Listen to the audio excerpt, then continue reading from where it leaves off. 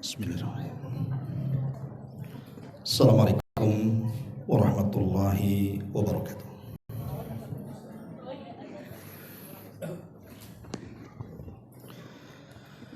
Bihamdillahi wassalatu wassalamu ala rasulillah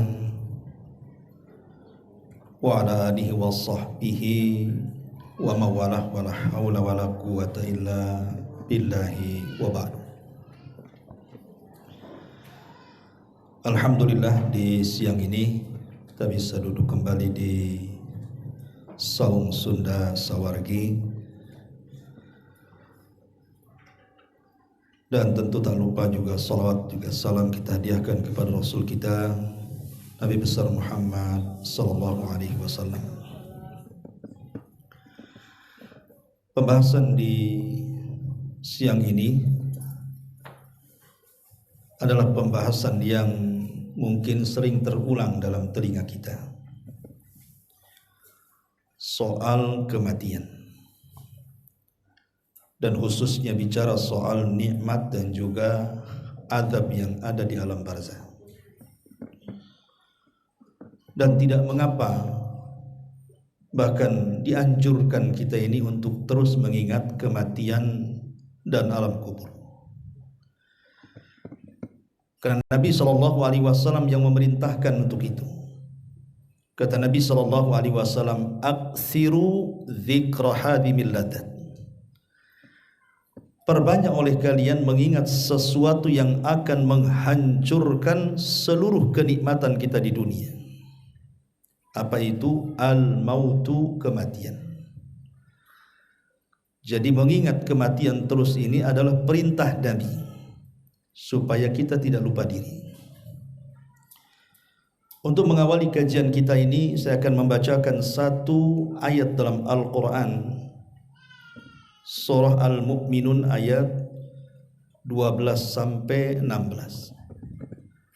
Karena ayat-ayat ini ringkasan kehidupan kita di dunia sampai ke akhirat.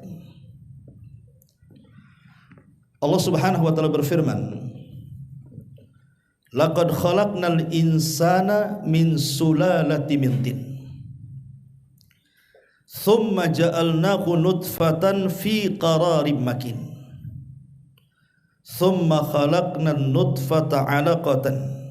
Fa khalaqnal 'alaqata mudghah. Fa khalaqnal mudghata 'idhaman. Fa kasawnal 'idhama lahma. Thumma ansha'nahu khalqan akhar fatabarakallahu ahsanul khaliqin.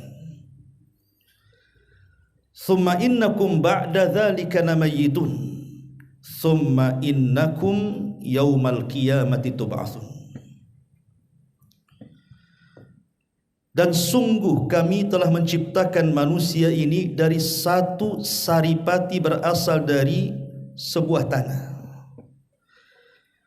Kemudian kami jadikan saripati itu berupa sperma yang disimpan dalam tempat yang kokoh, maksudnya rahim. Kemudian dari sperma itu kami jadikan segumpal darah. Lalu segumpal darah kami jadikan segumpal daging. Kemudian dari segumpal daging itu kami jadikan tulang belulang. Lalu tulang belulang itu kami bungkus dengan daging. Kemudian kami jadikan dia makhluk yang berbentuk maha suci Allah, pencipta yang paling baik. Kemudian sesudah itu, sesungguhnya kamu sekalian benar-benar akan mengalami kematian. Kemudian sesudah itu kamu sekalian akan benar-benar dibangkitkan dari kubur kalian kelak pada hari kiamat. Ma'asyiral muslimin wal muslimat rahimani wa rahimakumullah. Inilah ringkasan kehidupan kita sebenarnya. Kita dilahirkan, kemudian diwafatkan, kemudian dihidupkan dalam kuburan, kemudian dibangkitkan kelak pada hari kiamat untuk mempertanggungjawabkan semua perbuatan kita di dunia. Dari ayat ini menunjukkan bahwa kematian itu sebuah kepastian, dan kematian itu lebih dekat kepada kita dibandingkan tali sandal yang kita pakai. Satu hari Ummul Mukminin Aisyah radhiyallahu anha mendatangi orang-orang mulia, salah satunya ayahnya Abu Bakar dan juga Bilal bin Rabah. Kebetulan kedua-duanya sedang mengalami sakit yang parah, sakit kepala yang luar biasa. Maka Aisyah radhiyallahu anha mengatakan, "Fadakhaltu alaihima," aku pun masuk kepada dua orang mulia ini, ayahnya dan juga Bilal ibn Rabah. Fakultu, dan aku katakan, "Ya abati, kaifa tajidu?" Wahai ayahku, apa yang kau rasakan hari ini? Wa ya Bilal, kaifa tajidu? Dan engkau wahai Bilal, apa yang kau rasakan hari ini? Qalat, maka Aisyah menceritakan, "Fakana Abu Bakrin idza akhadathu al-humma." Adalah ayahku Abu Bakar apabila merasakan sakit kepala yang luar biasa, yarfa'u akiratahu wa yaqul ala laita syi'ri al-mautu adna min syiraki na'li. Maka Abu Bakar Siddiq radhiyallahu an mengatakan, duhai kiranya kematian itu lebih dekat dibandingkan tali sandalku. Lah perkataan Abu Bakar Siddiq radhiyallahu an ini menunjukkan bahwa kematian itu lebih dekat dari tali sandal yang kita pakai. Siapa yang tahu kematian kita? Tidak ada yang tahu. Bisa saja mungkin pulang dari sini, dari pengajian ke rumah, tiba-tiba di tengah jalan kita mati. Tidak ada yang tahu. Orang loh sudah persiapan dengan kendaraannya baru, remnya bagus, dia pun piawai mengendarainya. Yang namanya hidup di jalan, bisa dia nabrak atau mungkin ditabrak. Kita tidak tahu kehidupan kita. Bahkan yang tidak ada sebab musabab saja, dia selalu medical check up, semua sehat badannya, rupanya menjemput kematian jauh lebih dekat kepada dia dibandingkan orang yang sakit bertahun-tahun lamanya. Dari sini menunjukkan bahwa kematian sebuah kepastian. Makanya Allah Subhanahu wa taala mengatakan kepada Nabi, "Innaka mayyitun wa innahum mayyitun." Wahai Muhammad, engkau akan mati sebagaimana mereka juga akan mati. Karena Allah juga mengatakan, wa ma ja'alna li basyarin min qablikal khulda afa immitta fahumul khalidun. Allah tidak pernah menjadikan seseorang itu kekal. Apakah kalau engkau mengalami kematian wahai Muhammad mereka akan kekal? Tidak, mereka juga akan mati. Ma'asyiral muslimin yang dimuliakan Allah Subhanahu wa taala. Disebutkan di dalam hadis riwayat Anas ibn Malik radhiyallahu an, Rasul mengatakan, "Aktsiru dzikra hadhimil ladzatil maut, fa innahu lam yadhkurhu fi dhikin minal 'aishi illa wassa'ahu lahu, wa la dzakarahu fi si'atin illa dhayyaqaha." Kata Nabi SAW, perbanyak oleh kalian ingat akan sesuatu yang menghancurkan kenikmatan kalian. Apa itu? Al-mautu, kematian. Ya, karena kematian itu menghancurkan nikmat segalanya. Orang kaya mati, tidak mungkin kekayaannya dibawa balik. Para pejabat yang punya jabatan tertinggi sekalipun di negara kita mati, tidak mungkin jabatannya masuk juga ke kuburannya. Artinya semua kelezatan hidup terputus dengan kematian. Tapi kata Rasul, ini yang jadi hal yang penting untuk kenapa kita disuruh untuk mengingat kematian. Kata Nabi SAW, Karena sesungguhnya tidaklah seseorang mengingat kematian ketika dalam keadaan kesempitan hidup, melainkan dia akan menjadi lapang hatinya. Dan sebaliknya tidaklah seseorang mengingatnya ketika dalam keadaan lapang hidupnya, kaya raya, kemudian dia ingat mati, melainkan dia akan menjadi sempit dadanya. Jadi kalau dia orang kaya tapi terus mengingat kematian, maka dia tidak mungkin durhaka dengan kekayaannya, tidak mungkin melampaui batas dengan kekayaannya. Toh kalau dia mati pun kekayaan tidak akan masuk ke dalam liang lahatnya. Tapi kalau dia orang fakir, orang miskin, kemudian mengingat kematian, maka dia tidak akan sedih dengan kefakirannya. Kenapa? Karena yang mencabut nyawanya itu adalah zat yang lebih rahim dibandingkan keluarganya. Terkadang begini gambarannya, ibu bapak yang dimuliakan Allah Azza wa Jalla. Apabila ada orang-orang yang kita cintai, yang sangat berharga dari kehidupan kita, entah ibu kita, ayah kita, anak kita, paman kita, bibi kita, atau siapalah orang yang kita cintai, guru-guru kita, meninggal dunia. Demi Allah, buat apa kita harus kemudian mencucurkan air mata sederas itu? Padahal yang mencabut nyawa orang-orang yang kita anggap itu orang yang luar biasa di mata kita, itu zat yang arhamur rahimin. Jadi yang mencabut nyawa mereka adalah zat yang maha penyayang dari seluruh hamba-hambanya penyayang. Tidak ada zat yang lebih penyayang melebihi Allah Subhanahu wa ta'ala. Jadi yang mencabut nyawa itu adalah zat yang maha penyayang bagi hamba-hambanya. Kenapa kita harus bersedih berkelanjutan? Toh Allah lebih sayang dibandingkan kita kepada dia. Karena ada orang-orang yang kemudian ketika ada orang di sekelilingnya meninggal dunia dan mereka orang yang dicintainya, itu sampai berbulan-bulan, bertahun-tahun sedihnya itu tidak hilang-hilang tuh. Ingat bahwa yang meminta mereka mati adalah zat yang maha rahim, yang maha sayang kepada dirinya dibandingkan kita kepada dirinya. Mungkin Allah lebih sayang sehingga dia harus dipindahkan alamnya dari alam dunia ke alam barzah yang mungkin kenikmatannya jauh lebih besar dibandingkan di alam dunia. Makanya kenapa kemudian mengingat kematian ini, kemudian menyandarkan bahwa kita semua datang dari Allah dan akan kembali kepada Allah Azza wa Jalla, maka itu sebuah kepastian, tidak perlu bersedih. Karena kalau kita melihat di lapangan, terkadang ada orang yang sakit, sakitnya parah. Dokter pun sudah kesusahan untuk mengobatinya. Obat-obatan sudah angkat tangan untuk menyembuhkannya. Terkadang dia harus kemudian kita lihat kondisinya sangat memprihatinkan. Susah jalan, susah makan, koma berbulan-bulan terkadang. Ingat bahwa pemandangan yang seperti itu kalau terjadi kepada seorang mukmin, maka ini masuk pada sabda Nabi SAW. Apa sabda Rasul?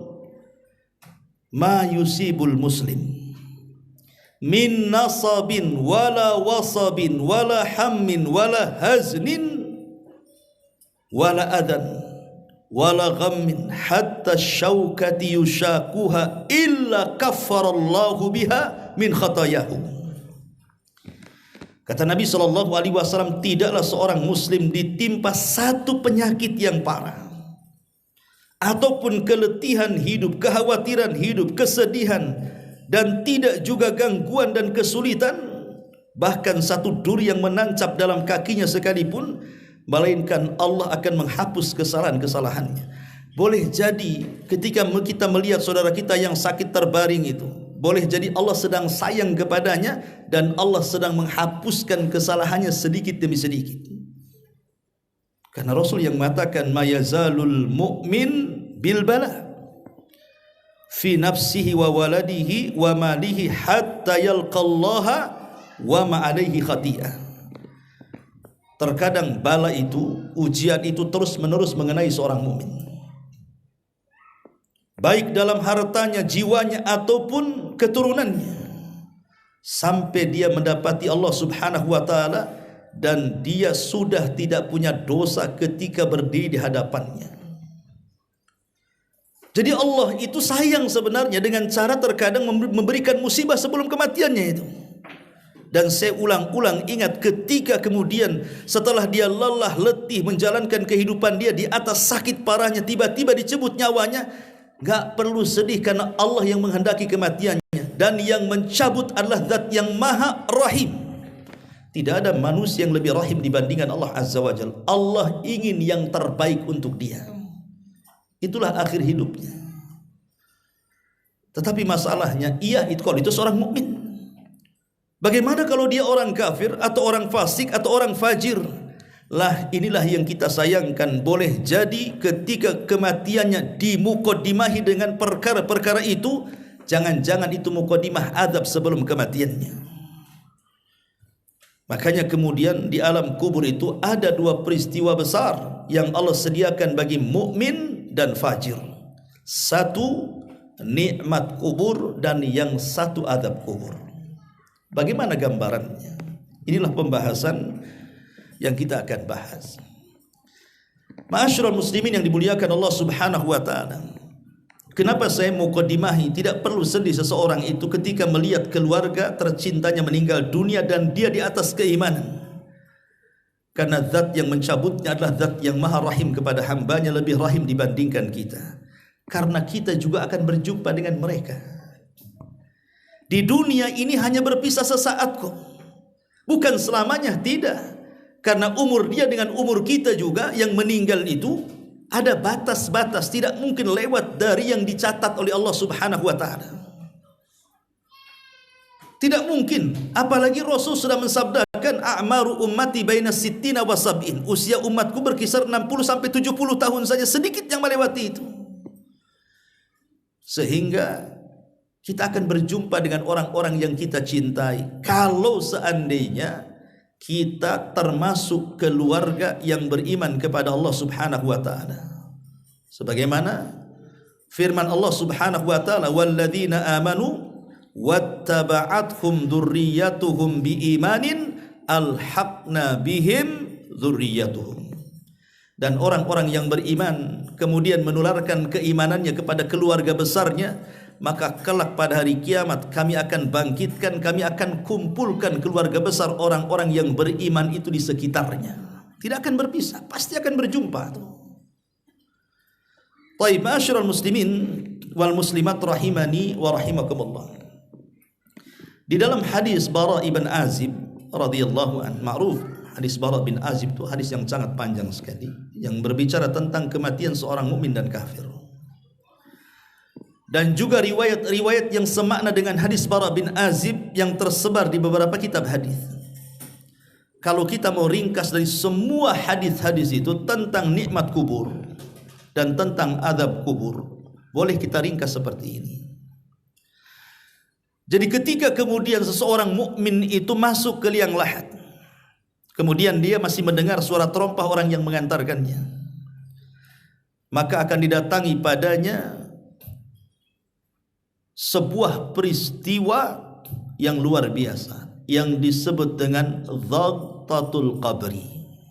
Dhaghtatul Qabri itu artinya himpitan kuburan. Dan himpitan kuburan ini akan mengenai siapa saja, tidak mukmin, tidak kafir. Tidak orang saleh, tidak ada orang toleh. Anak bayi ataupun orang dewasa ataupun orang yang sudah tua renta, semua akan kena yang namanya Dhaghtatul Qabri di sini. Peristiwa yang menakjubkan ketika kematian Sa'ad ibn Mu'adz, tokoh dari tokoh-tokoh Aus yang mengislamkan satu kabilah, yang dengannya muncullah orang-orang Ansar yang membela Nabi. Ketika kematiannya bergegar arsy Allah Subhanahu wa taala, sampai 70.000 malaikat turun mengantarkan jenazahnya. Ketika Sa'ad ibn Mu'adz dikubur, Nabi SAW mengatakan, kalaulah ada orang yang selamat dari himpitan kubur, tentu Sa'adlah orangnya, tapi dia tidak selamat. Dalam riwayat yang lain, ketika ada seorang ibu menggendong bayi yang meninggal, bayi itu tidak punya dosa. Apa yang dibawa oleh bayi dari dosa? Dia belum mukallaf. Kemudian dia dikubur, kata Rasul, kalau ada orang yang selamat dari himpitan kubur, tentu bayi inilah yang akan diselamatkan. Tapi dia pun tidak selamat. Artinya semua manusia pasti akan terkena himpitan kubur. Tetapi himpitan kubur itu terbagi menjadi dua. Ada himpitan kubur itu yang merupakan azab dari azab-azab Allah Subhanahu wa taala, di mana ketika dihimpit mulai dari tulang dan persendian menjadi retak sehingga dia berteriak-teriak kesakitan dan tidak ada yang tahu rasa sakitnya kecuali Allah, dan didengar oleh seluruh makhluk kecuali manusia dan jin. Kemudian yang kedua, ada himpitan itu himpitan kasih sayang, di mana himpitan itu diibaratkan seorang ibu yang sedang menggendong atau menghimpit bayinya. Bagaimana seorang ibu ketika menghimpit bayinya? Tentu akan hati-hati supaya bayi tidak kesakitan. Dan itu himpitan rahmat. Dan itulah yang dirasakan orang-orang yang beriman ketika bumi menghimpit dia, seolah-olah ibunya sedang menghimpit bayinya. Karena kita berasal dari tanah dan akan kembali kepada tanah, maka tanah itu bimanzilatil sekedudukan dengan ibu, dan kita pulang kepada ibu kita. Ini peristiwa pertama. Baru kemudian masuk pada peristiwa yang kedua, di mana tiba-tiba dua malaikat akan datang, Munkar dan Nakir. Begitu dalam hadis, namanya Munkar dan yang satunya Nakir. Di mana peristiwa kedua itu disebut dengan fitnatul qabri, fitnah kubur. Fitnah kubur itu artinya su'alul malaikaini, pertanyaan dua malaikat tentang tiga soalan yang disebut dengan usulul thalatha. Siapa Rabbmu, siapa nabimu, apa agamamu. Itu saja tiga soalan. Lah apabila seorang mukmin itu bisa menjawab, dan pasti bisa menjawab kalau dia seorang mukmin yang benar-benar mukmin berdasarkan nas Quran, yutsabbitullahu alladhina amanu bil qauli tsabit. Orang yang beriman itu pasti mantap jawabannya. Maka ketika dia sanggup menjawab, disinilah permulaan nikmat kubur. Maka Allah Subhanahu wa taala akan merekomendasikan sebuah rekomendasi baik dan mengatakan, ang sadaqa abdi, hambaku telah jujur, hambaku telah benar. Kalau Allah sudah ngasih rekomendasi bahwa dia itu orang baik, maka tidak ada yang bisa memburukkan orang ini. Tapi kalau manusia mengatakan itu orang baik, belum tentu orang mengatakan dia baik. Tapi kalau Allah yang mengatakan dia baik, nggak ada makhluk yang mengatakan dia jahat. Itulah rekomendasi Allah Subhanahu wa taala. Ini nikmat dari Allah Subhanahu wa taala. Kemudian yang kedua, fafrishuhu minal jannah, bentangkan kuburannya sampai ke sorga. Dan beriwayat, bentangkan kuburannya sejauh mata memandang. Dan ini sebuah nikmat. Karena apa yang terjadi kepada orang fasik, orang fajir, orang jahat itu justru disempitkan kuburannya. Tapi orang-orang yang beriman diluaskan kuburannya. Terkadang kita kenapa ingin punya rumah itu yang lapang, yang luas, supaya tidak sempit dadanya. Kemudian yang ketiga, wa albisuhu minal jannah, hantarkan pakaian dari sorga. Coba, pakaian dari sorga yang tidak pernah dilihat keindahannya, didengar keindahannya, terlintas di benak manusia pun tidak. Dia akan memakaikan pakaian yang sangat indah yang belum pernah dilihat di dunia. Dan ini nikmat kubur. Ya. Kemudian waftahu lahu baban ilal jannah, bukakan pintu juga biar dia bisa masuk ke dalam sorga. Dibuka pintu sorga, diarahkan ke kuburannya. Karena ruhnya seorang mukmin dalam kubur itu, walaupun jasadnya tetap di kuburan, tapi ruhnya bolak-balik ke sorga. Di antara nikmat ruh adalah ruh itu bolak-balik masuk sorga. Seperti hadis yang menceritakan tentang keutamaan para syuhada. Ruhnya orang syuhada itu dikendil-kendil, kemudian dibawa burung sorga, kemudian dicentel di bawah-bawah arsy Allah Subhanahu wa taala. Dan ruhnya orang yang beriman akan digantung di pohon-pohon sorga. Artinya ini sebuah nikmat yang Allah Subhanahu wa taala berikan. Belum terjadi kiamat, tapi ruhnya sudah masuk ke dalam sorga. Dan ini bagian daripada nikmat kubur. Ya. Kemudian lebih daripada itu, fayatihi min arauhiha wa tibiha, Allah hantarkan keharuman, bau-bauan yang sangat wangi dari sorga ke dalam kuburannya. Subhanallah. Kemudian wayatihi wa fi riwayatin yumathilu lahu rajulun hasanul wajhi hasanul thiyabi tayyibur rihi. Kemudian dalam kesendiriannya tiba-tiba datanglah orang yang sangat tampan, sangat bersih, bajunya bagus, kemudian tampangnya juga bagus, ucapannya juga indah. Fayaqul, dan dia mengatakan, abshir billadhi yasurruk, semoga Allah berikan kebahagiaan yang telah membahagiakan dirimu. Kemudian orang ini pun bercerita tentang kebahagiaan untuk orang yang beriman ini. Ma'asyiral muslimin wal muslimat rahimani wa rahimakumullah. Kemudian setelah itu apa yang terjadi? Karena kan kiamat itu kan belum tahu kapan terjadinya. Kalau seandainya orang mati hari ini kemudian kiamat 100 tahun kembali, maka 100 tahun dia di kuburan. Kalau orang mati hari ini atau mungkin lebih, mungkin 1000 tahun lagi baru kiamat, berarti 1000 tahunlah di dalam kuburan itu. Bukankah di dunia sesuatu yang menjenuhkan adalah sifatnya menunggu? Menunggu itu kan jenuh. Kadang-kadang antum aja antar istri ke pasar, lewat 10 menit, tinggal aja biar naik gojek aja dia. Kadang-kadang seperti itu. Jenuh orang nunggu tuh, ya. Tetapi Allah Subhanahu wa taala sudah memberikan solusi bagaimana orang yang di kuburan itu tidak jenuh. Apa kata orang saleh yang baik ini? Nim atau nam naumatal arush, katanya. Tidur kamu seperti tidurnya pengantin baru. Kira-kira pengantin baru jenuh enggak? Enggak jenuh. Enggak keluar-keluar pun dia dari kamar itu. Alarm aja enggak peduli dia. Itu pengantin baru tuh. Bagaimana kemudian dipermisalkan seperti tidurnya pengantin baru? Artinya dia dibuat nikmat tidur tanpa terasa tahu-tahu kiamat dibangkitkan. Apa enggak nikmat itu? Tiba-tiba setelah dibangkitkan, dia baru sadar ternyata ada orang baik yang di sampingnya. Maka dia bertanya, siapa kamu? Kok baik sekali menemani aku? Maka dia mengatakan, ana amaluka saleh, sayalah amal solehmu. Jadi Allah terkadang membentuk amal soleh yang tidak terlihat di dunia fisiknya, maka Allah jelmakan sebagai manusia yang sangat tampan yang akan menemani kita dalam kuburnya. Sehingga dia mengatakan, saya amal solehmu loh. Saya solatmu, saya zikirmu, saya baca Quranmu, saya silaturahimmu, saya birrul walidainmu, saya ini, saya itu, dari amal solehnya disebutkan semuanya. Kemudian dia beritahu bahwa kiamat akan didirikan. Maka dia mengatakan, Rabbi ajil kiamat sa'ah, segerakan ya Rabb kiamat, segerakan ya Allah kiamat, supaya aku bisa arji ila ahli wa mali, kembali kepada keluarga dan kepada hartaku. Lihat, inilah gambaran singkat dari nikmat kubur.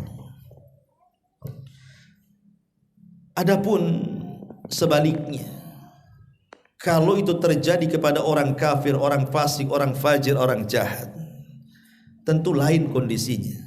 Sangat mengerikan.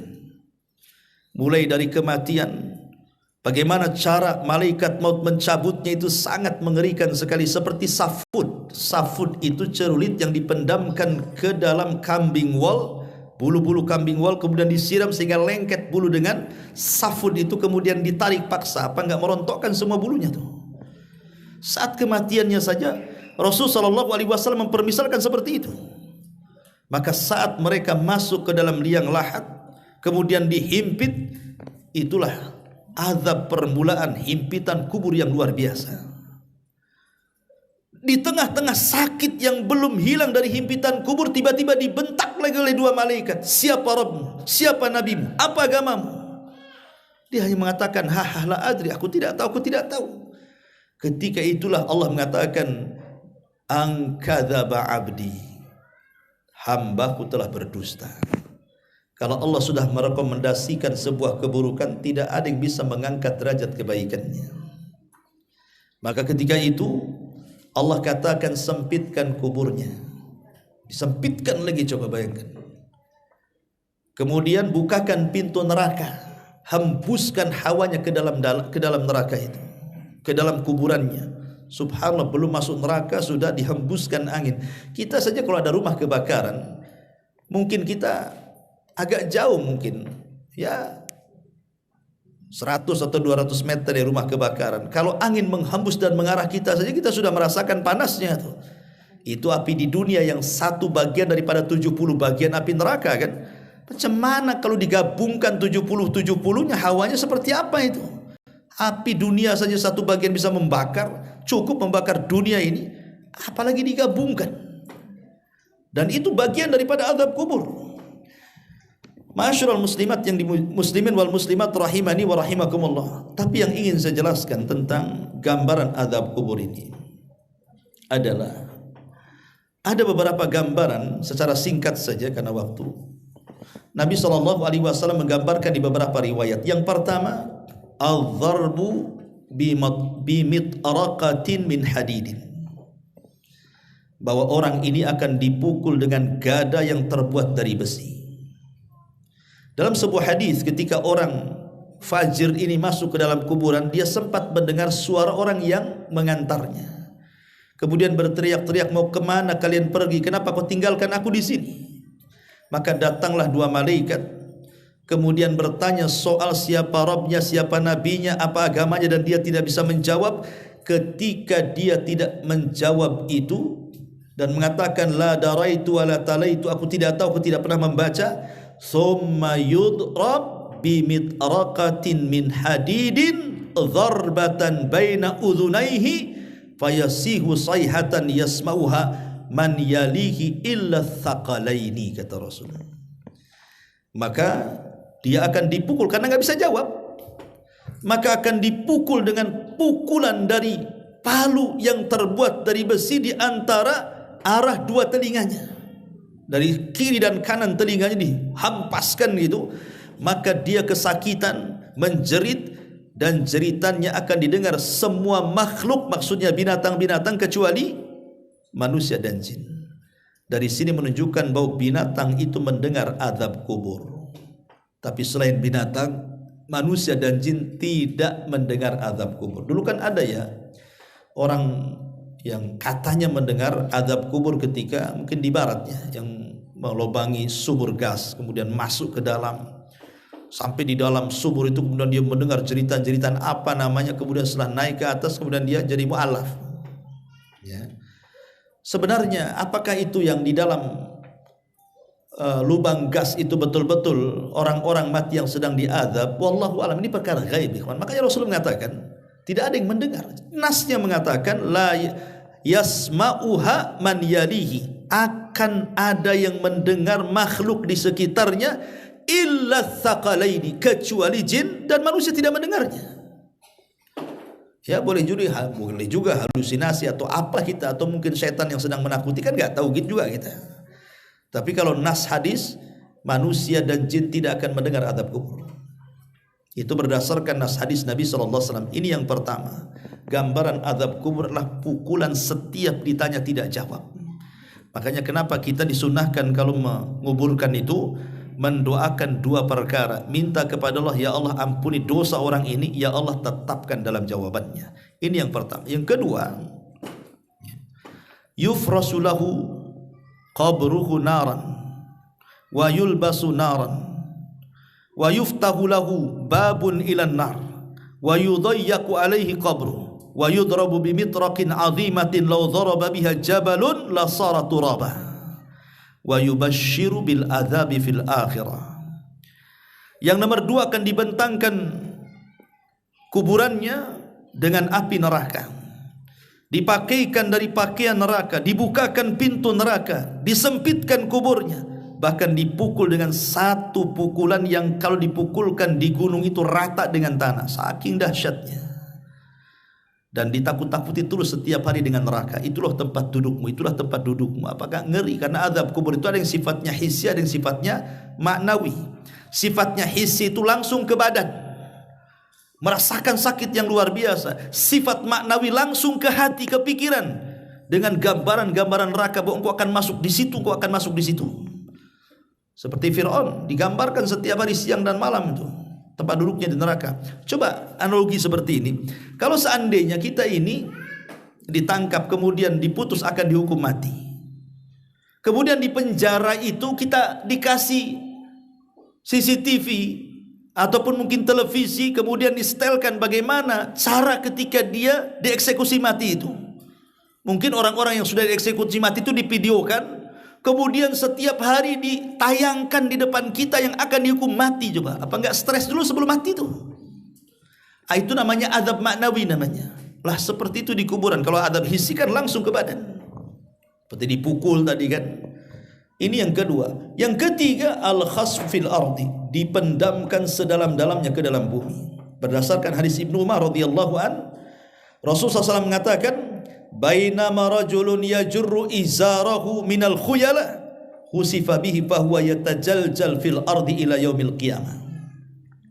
Kata Nabi SAW, orang yang berjalan dengan melembrehkan pakaian di bawah mata kaki dan dia menunjukkan kesombongan, maka apa kata Nabi SAW? Husifa bihi, akan dipendamkan sedalam-dalamnya ke dalam bumi sampai kiamat itu.